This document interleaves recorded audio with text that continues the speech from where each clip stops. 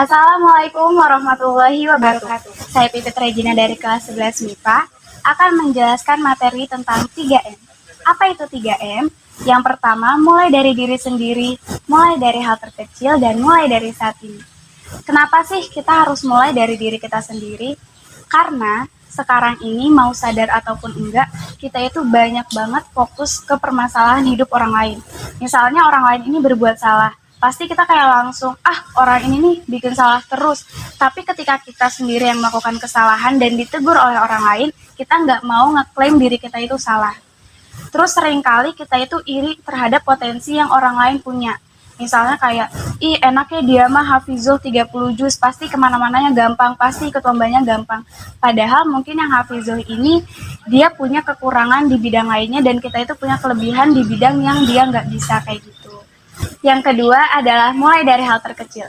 Ketika kita punya suatu impian, terkadang kita itu merasa terbebani karena menurut kita impian kita itu terlalu besar. Contoh, kita pengen jadi hafizah 30 juz, kita pengen ngafalin Al-Quran itu 30 juz. Kita suka mikir, masa sih bisa kita langsung ngafalin Al-Quran 30 juz?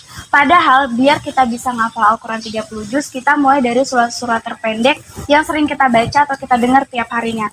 Mulai dari surat An-Nas, surat Al-Falaq, dan seterusnya. Mulai dari juz 30, juz 29, juz 28, sampai kita berhasil menghafal Al-Quran 30 juz.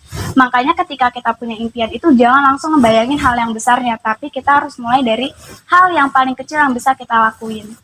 Dan yang terakhir adalah mulai dari saat ini. Kadang misalnya nih kita pengen punya suatu usaha atau kita itu pengen bisa ranking 1 dan punya tujuan-tujuan yang lain.